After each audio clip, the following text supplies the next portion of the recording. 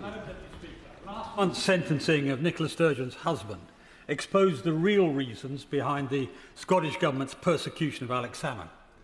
From 2010 to 2022, Peter Murrell abused his position to embezzle almost $500,000 from the SNP to buy luxury items. He used the SNP money to buy a £33,000 Volkswagen Golf. Then he stole $57,000 to buy a Jaguar car. Further luxuries included handbags, an £850 gold pendant, 4 separate coffee machines costing £9,000, luxury kitchenware, at least 26 fountain pens costing nearly £21,000, and 2 Dyson £350 Dyson hairdryers for a man with no hair. Really? Then, of course, the infamous £124,000 motorhome. Did Sturgeon not wonder where he got the money for all those vehicles, the kitchenware, the handbags, the pens, the pendants she loved? After all, who used the Dyson hairdryers in that household? My view on her denials is clear. She is lying. She knew full well what her husband was doing and how those luxury purchases were funded. That Murrell was a thief was obvious in the 1980s when he stole from Alex Salmond. Salmond told Sturgeon it was deeply unwise to keep her husband on as chief executive, but she kept him in place, enabling his crimes for years. Eventually, in March 2021, 3 members of the SNP's Finance Committee withdrew and resigned, blaming chaotic and incompetent financial management.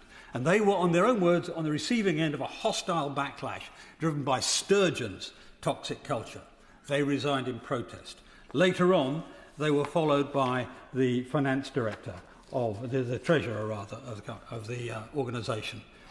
But Sturgeon told colleagues at the meeting where those first resignations happened, there are no reasons for the people to be concerned about the party's finances. No reasons. And when the treasurer resigned, she ignored it. Sturgeon was part of the cover-up, using a position to suppress justice. She behaved dishonourably and dishonestly. But her most evil act was stitching up Alex Salmond to hide the truth. When he was considering going on the National Executive himself, the risk to the conspirators was clear. Here's a numerate man who could not be silenced. So what did they do?